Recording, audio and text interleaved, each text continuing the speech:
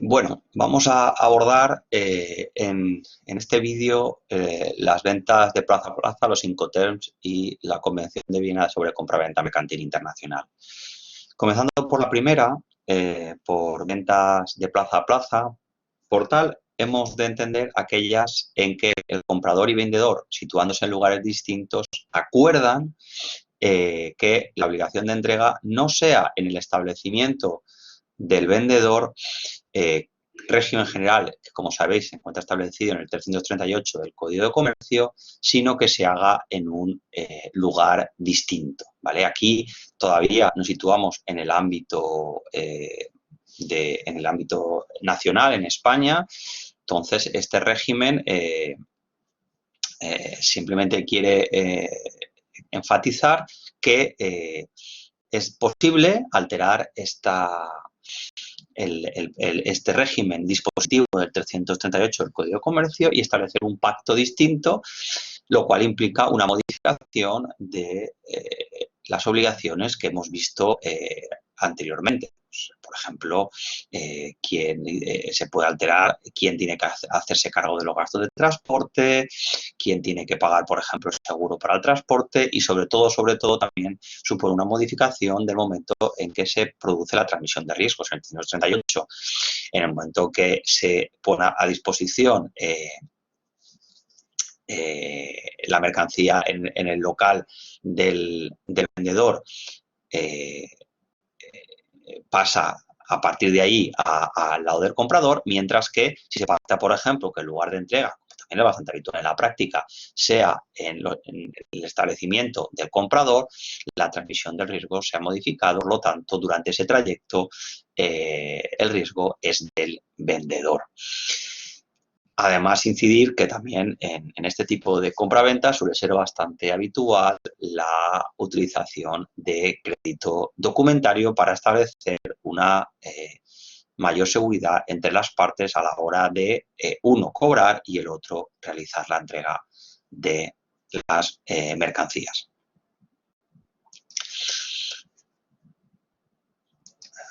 Bien. No podíamos acabar el tema relativo a compraventa sin hablar de dos elementos fundamentales en la compraventa mercantil internacional. El primero de ellos son los Incoterms. Los Incoterms son lo que se conoce dentro del derecho mercantil internacional como una lex mercant, es decir, no es un convenio internacional, sino que han sido los propios operadores, en este caso la Cámara de Comercio Internacional, quien se ha dedicado a la codificación de una serie de reglas que permitan una interpretación estandarizada de los contratos de compraventa internacional. Por lo tanto, aquí no estamos ante un convenio que firman los estados, sino unas reglas que los propios operadores quieran. Por ello, los Incoterms solo van a ser obligatorios tanto en cuanto sean convertidos en cláusula contractual. Es decir, si las partes desean acogerse a estas cláusulas, a los Incoterms, deberán de incluirlo como cláusula contractual. Por tanto, son de inclusión facultativa. ¿Y qué finalidad tienen? Bueno, pues los Incoterms lo que nos ayudan es a que las partes tengan un marco jurídico donde prime la seguridad jurídica a la hora de interpretar el contrato. Bien, si reflexionamos sobre lo que es una compraventa en la cual las partes están en países distintos, hay que hacer siempre una serie de cosas. Hay que determinar cuál va a ser el lugar de entrega, habrá que ver en qué momento se transmiten los riesgos, habrá que ver cómo se distribuyen los gastos, habrá que ver quién asume cómo y en qué condiciones los trámites documentales para cruzar las fronteras. Pues bien, los Incoterms lo que son cláusulas, hay un catálogo de ellas, en las cuales, según se acoja una de estas, una compraventa CIF, una compraventa FOB, bueno, hay diferentes categorías, las partes acogiendo en el contrato ya saben en cada una de estos ítems quién es el que tiene que hacer algo o quién es el que asume algo. Es decir, si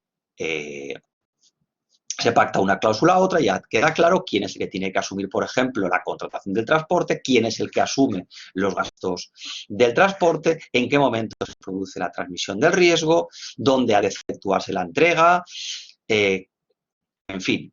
Cada una de las cláusulas contiene una previsión concreta y clara para que las partes que firman ese contrato, incluyendo esa cláusula, tengan muy claro cuáles son sus deberes, sus obligaciones y los riesgos que asumen. De ahí la amplia difusión que han tenido en la práctica. Para obtener más información os he incluido aquí este link donde podréis ir viendo diferentes cuestiones relativas a los Incoterms para ampliar esta materia, más allá de lo que puedan poner los manuales que gastéis. Y para finalizar, debemos de hablar, aunque sea brevemente, de la Convención de Viena de 1980, reguladora de la compraventa mercantil internacional. Aquí sí que estamos ante un internacional que, a diferencia de otros muchos que se han intentado promover en el tráfico, ha tenido una amplia difusión porque han sido muchos los estados a los que se han adherido a este convenio.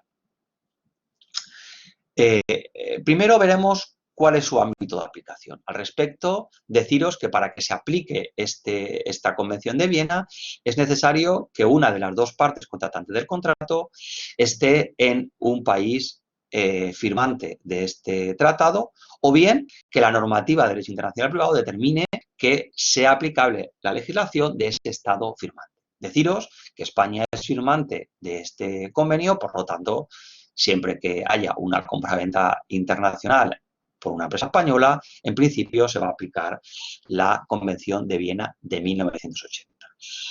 Ahora bien, este convenio, y esto es importante tenerlo claro, es un convenio que funciona con la modalidad que se conoce como de opt-out. Es decir, que es una normativa internacional que puede ser excluida mediante pacto expreso en el contrato.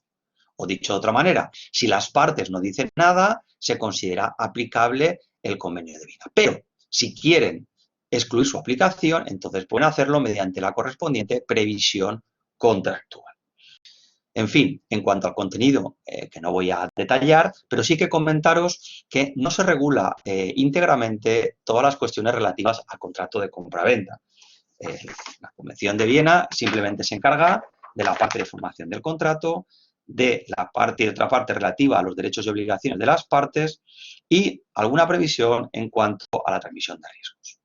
Por el contrario, se excluye expresamente aquellas cuestiones relativas a la validez del contrato y, sobre todo, la regulación de qué ocurre con la transmisión de la propiedad.